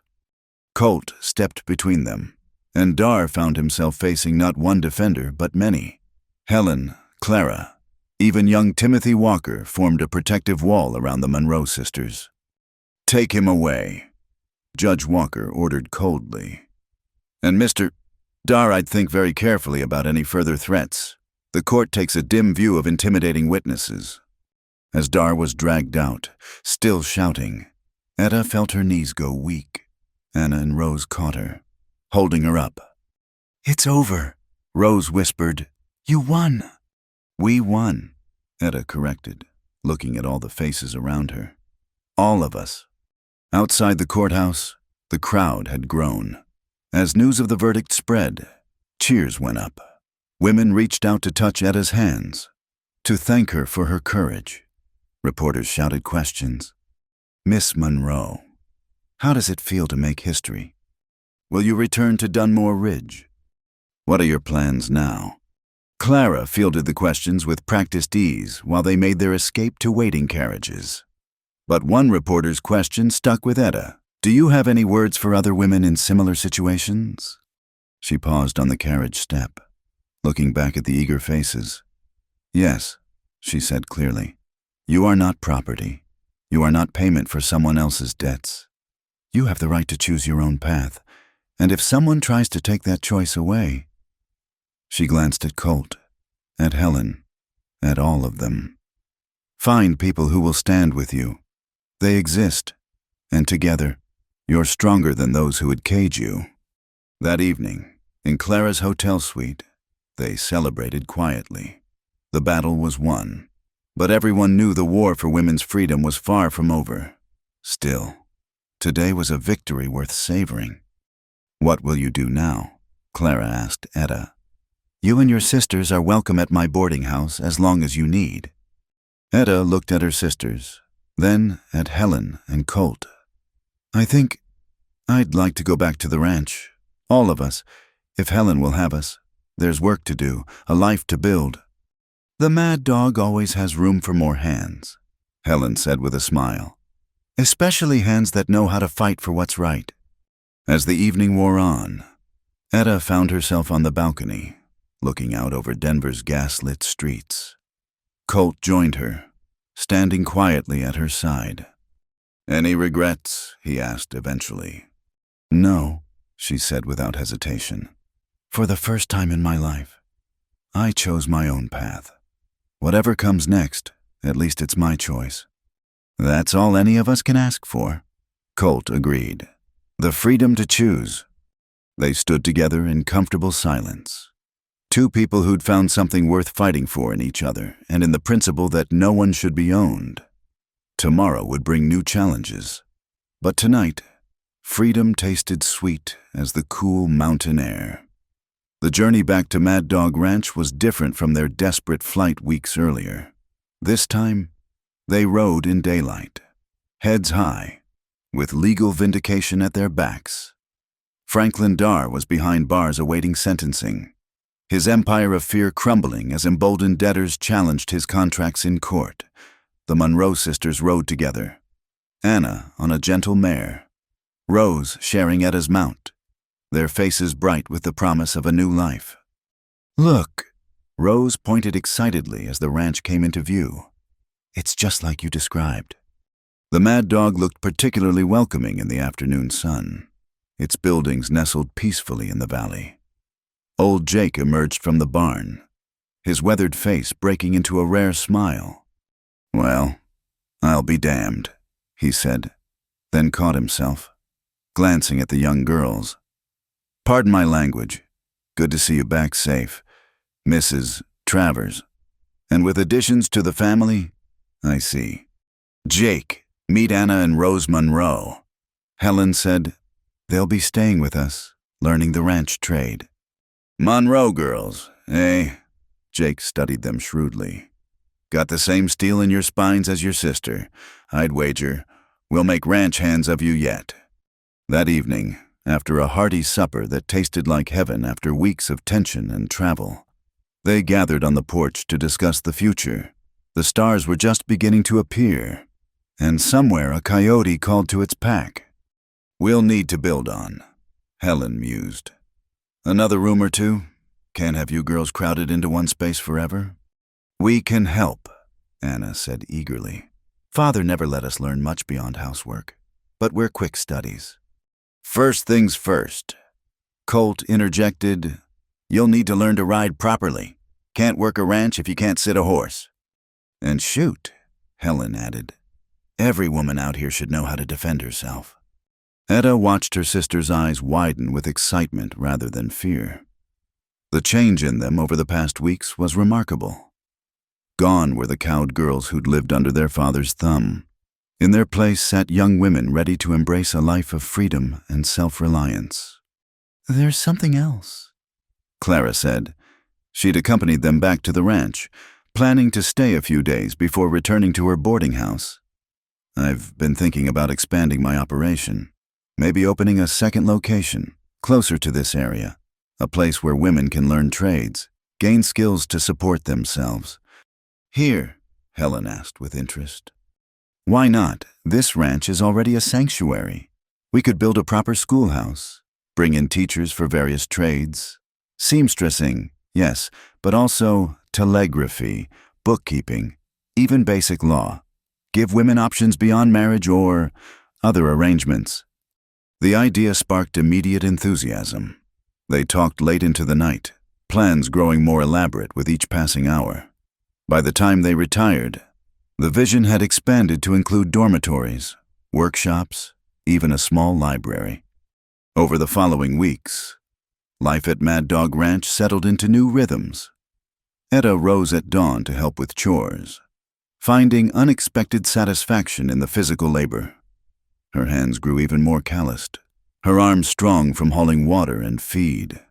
But more than physical changes, she felt her spirit expanding, no longer constrained by fear or others' expectations. Anna took to ranch life like she'd been born to it. Within days, she was riding confidently. Within weeks, she was helping Jake with the horses. She had a natural gift with animals, a gentle patience that calmed even the most skittish mount. Rose, younger and initially more timid, found her courage in unexpected ways. She discovered a talent for marksmanship that surprised everyone, including herself. Under Colt's patient instruction, she became the best shot on the ranch. It's just mathematics, she explained one day, after putting 6 bullets through the center of a target. Wind speed, distance, trajectory. Once you understand the numbers, the rest is easy. One afternoon, as Etta was mending fence with Colt, he broached a subject that had been dancing between them for weeks. I've been thinking about staying on, he said carefully, not meeting her eyes.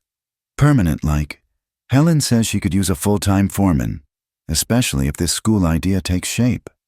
Etta's heart skipped, but she kept her voice steady. And that's the only reason the job. He finally looked at her, and something in his dark eyes made her breath catch. You know it's not. Before she could respond, they heard horses approaching fast. Both tensed, hands moving to weapons. But it was Jake who appeared, riding hard. We got trouble, he called out. Riders coming from town. Maybe a dozen. They raced back to the ranch house, where Helen was already organizing the defense. But as the riders came into view, Etta gasped. It wasn't a threat. It was a delegation of women from Dunmore Ridge, led by Mary Sullivan. Etta. Mary dismounted and ran to embrace her friend. We've come to see if the stories are true. Did you really face down Franklin Darr in court? Did you really win? As the women gathered on the porch, their stories tumbled out. With Darr imprisoned and his influence broken, change was sweeping through Dunmore Ridge. Several women had left abusive situations. Others had started their own businesses. The bank, no longer under Darr's thumb, was offering fair loans to female entrepreneurs. You started something, Mary said, tears in her eyes. You showed us it was possible to say no, to demand better. It wasn't just me, Etta protested, but the women wouldn't hear it. You were the first, an older woman said. The one who stood up when the rest of us were too scared. That matters. They stayed for dinner, and the ranch house rang with laughter and conversation such as it hadn't heard in years. Plans were made for some of the women to return, to help with the school project. Others spoke of starting similar ventures in their own communities. As the sun set and the visitors prepared to leave, Mary pulled Etta aside. I have news about your father. He's not well. The drinking got worse after you girls left. He's in the sanatorium now, trying to dry out. Etta felt a complicated mix of emotions. Anger still, but also pity. Has he asked about us? Every day, according to the doctor. He seems different, broken maybe, but also clearer about what he did wrong. Maybe someday, Etta said quietly. But not yet. We're not ready. Mary squeezed her hand. When you are, if you ever are, no one would blame you either way. After the women left, Etta found herself wandering to the small cemetery on the hill behind the ranch. Helen had shown her Margaret's grave, her daughter who'd died so young. Now Etta placed wildflowers on the simple stone marker. "Your mother is helping save other daughters," she whispered. "I thought you should know." She sensed rather than heard Colt approach. He stood beside her quietly, respecting the moment. "Do you think they know?" Etta asked eventually. "Margaret, your sister Sarah, all the women who suffered before, do you think they know things are changing?" "I hope so," Colt replied softly. "I hope they see that their pain wasn't meaningless, that we learned from it." They stood together as darkness gathered, drawing strength from shared loss and shared purpose. Finally, Colt cleared his throat. "There's a question I've been meaning to ask, but I wanted to wait until things were settled, until you were truly free to choose." Etta turned to face him, heart pounding. "Ask it." He took her hands. Work roughened, meeting work roughened, equals in every way. "Etta Monroe, would you consider building a life with me, not because you need protection or rescue, but because I can't imagine facing tomorrow without you beside me?" The question hung in the evening air like a prayer. Etta thought of all the paths that had led to this moment, the fear, the flight, the fighting. She thought of the woman she'd been, trembling in a wedding dress, and the woman she'd become, strong and sure. "Yes," she said simply. "I choose you, Colt Harris, today, tomorrow, and all the days after." He kissed her then, gentle and sure, a promise sealed under the first stars. When they finally pulled apart, both were smiling. "Should we tell the others?" Etta asked. "Helen probably already knows," Colt said wryly. "That woman sees everything, but yes, let's share the news." They walked hand in hand back to the house, where warm light spilled from windows and the sound of Anna's laughter mixed with Rose's voice raised in song. Helen and Clara were on the porch, planning their school with the enthusiasm of generals preparing for a beneficent campaign. "Well," Helen asked, taking in their joined hands and glowing faces, "do I need to start planning another wedding? A proper one this time?" "Eventually," Etta laughed. "But let's build that school first. Let's create something lasting." "Practical girl." Clara approved. "Though I call dibs on handling the legal paperwork when the time comes, I want this union ironclad and unassailable." As the evening progressed, filled with congratulations and renewed planning, Etta felt a profound sense of rightness. This was what freedom looked like. Not just the absence of chains, but the presence of choice, of purpose, of people who stood with you. Tomorrow would bring new challenges. The school would need building, funds would need raising, and there would always be those who resisted change. But tonight, surrounded by chosen family, with her sisters safe and her future her own to shape, Etta Monroe knew she was exactly where she belonged. The Mad Dog Ranch had lived up to its name. It was fierce in its protection of those who needed shelter, rabid in its defense of freedom.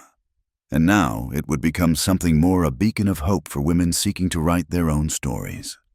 As she had once run from a forced future, women would now run toward a chosen one, and Etta would be there to welcome them, to show them what she had learned, that courage wasn't the absence of fear, but the decision to act despite it, that freedom wasn't given but taken, claimed, and defended.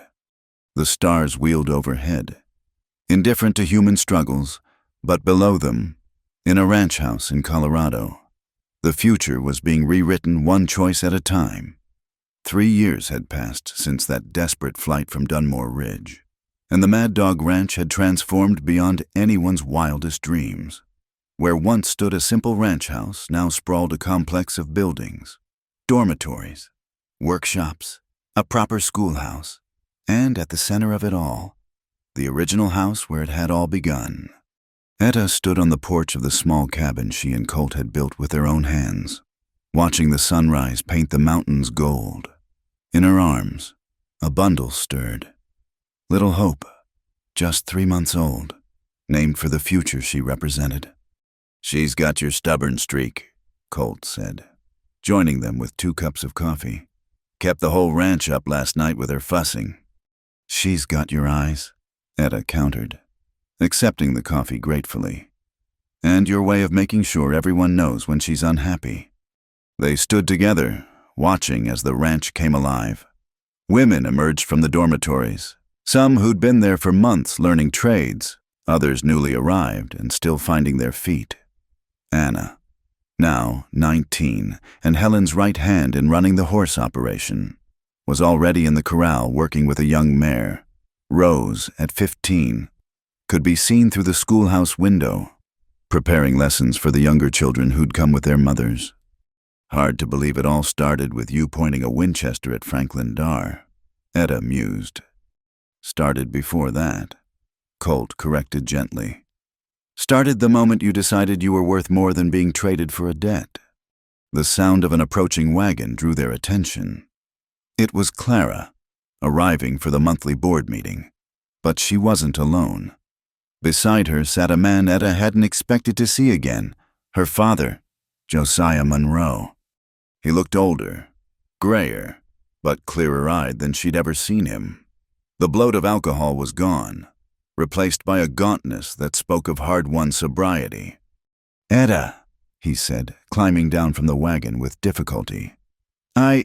Clara said you might be willing to see me." Etta handed Hope to Colt and stepped forward, emotions warring in her chest.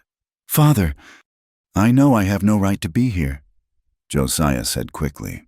"No right to ask anything of you, but I needed to say I'm sorry. For everything. For the debt. For trying to sell you like property. For failing you and your sisters so completely." "Words are easy," Etta said, her voice steady though her heart raced. "What's changed?" "I have," he said simply. 16 months sober, working at the mill in Denver. Honest work.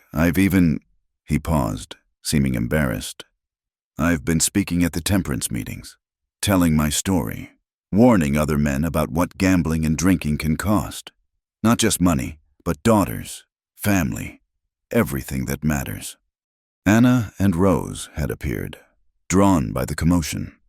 Anna's face was hard, protective of the life they'd built. But Rose, always the softest heart among them, took a step forward. "Papa," she said uncertainly. Josiah's composure cracked at that single word. Tears rolled down his weathered cheeks. "Rose, my little Rose, and Anna, look at you both, strong, capable women, despite me, not because of me." "Because of Etta," Anna said firmly. "She saved us." "I know," Josiah nodded. "I know she did. I'm not asking for forgiveness. I'm not asking for anything. I wanted you to know that I understand what I did, and that I'm trying to be better." Helen emerged from the main house, taking in the scene with her usual sharp awareness. "Mr. Monroe, Clara mentioned you might visit. There's work needs doing on the new dormitory, if you're of a mind to stay a few days. Honest work for honest wages." It was an olive branch, carefully offered. Josiah looked at his daughters, the question clear in his eyes. "You can stay," Etta said finally. "Work. Get to know what we've built here. But you're a guest, not family. That's something that might change. In time. But not today." "That's more than I deserve," Josiah said quietly. "Thank you." As Helen led him away to get settled, Etta felt Colt's hand on her shoulder. "That was brave," he said. "Harder than facing down Dar, in its way." "Everything we've built is about second chances," Etta replied. "I'd be a hypocrite if I didn't at least consider offering one to him." The day proceeded with its usual rhythm. Etta taught a class on financial literacy, helping women understand contracts and avoid the kind of traps that had ensnared her father. The irony wasn't lost on her, teaching skills that might have prevented her own near tragedy. At lunch, she found her father working alongside other men on the dormitory construction, sweat honest on his brow. He worked without complaint, taking orders from Jake, who was supervising the project. "He's trying," Helen observed, joining Etta. "Question is whether trying is enough." "Time will tell," Etta said. "We've all learned that people can change. Look at us, a widow who wears trousers and runs a ranch, a cowboy who chose justice over easy riding, a girl who was almost sold into marriage now teaching others to be free. If we can change, maybe he can too." That evening, they held their weekly community dinner.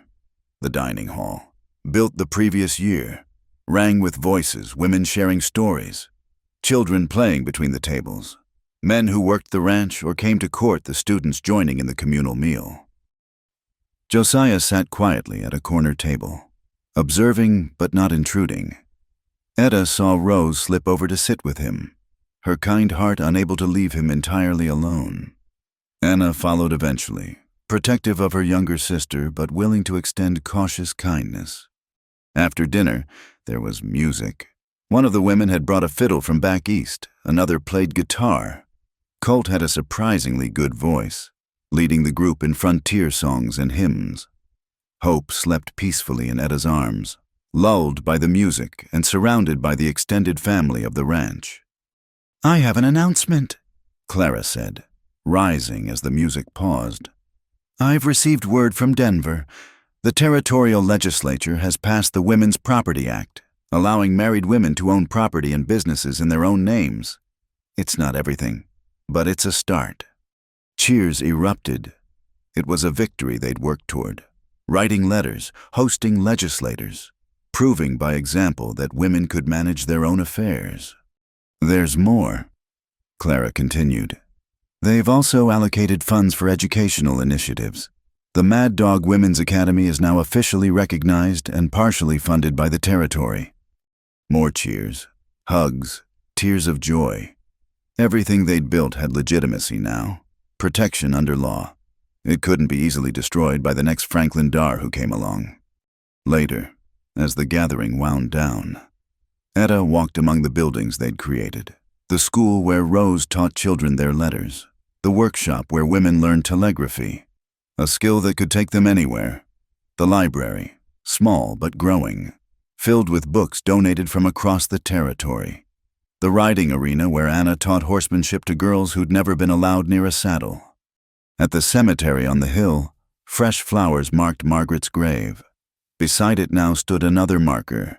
"Sarah Harris, beloved sister, your memory guides us still." Colt had placed it there last year, finally able to give his sister a memorial. "Regrets?" Colt asked, finding her there as he often did when she needed quiet moments to think. "No," Etta said firmly. "Choices made in fear lead to regret. Choices made in hope, even when they're hard, lead to growth." Very philosophical. Mrs. Harris. She smiled at the name, still new enough to bring joy. They'd married the previous winter, a simple ceremony at the ranch with Judge Walker officiating and the entire community celebrating. No forced march to the altar this time, but a joyful choice witnessed by chosen family. "The school's first graduation is next month," Etta said. 12 women ready to go out into the world with skills and confidence. 12 more lives changed. 13, Colt corrected. "Don't forget Mary Patterson from Kansas, though I hear she might be staying on as a teacher." "The circle continues." Etta nodded. "Those we help become helpers themselves." A cry from hope interrupted their contemplation. As they walked back to their cabin, Etta reflected on the journey that had brought them here. From a terrified girl in a wedding dress to a woman helping reshape the frontier's future.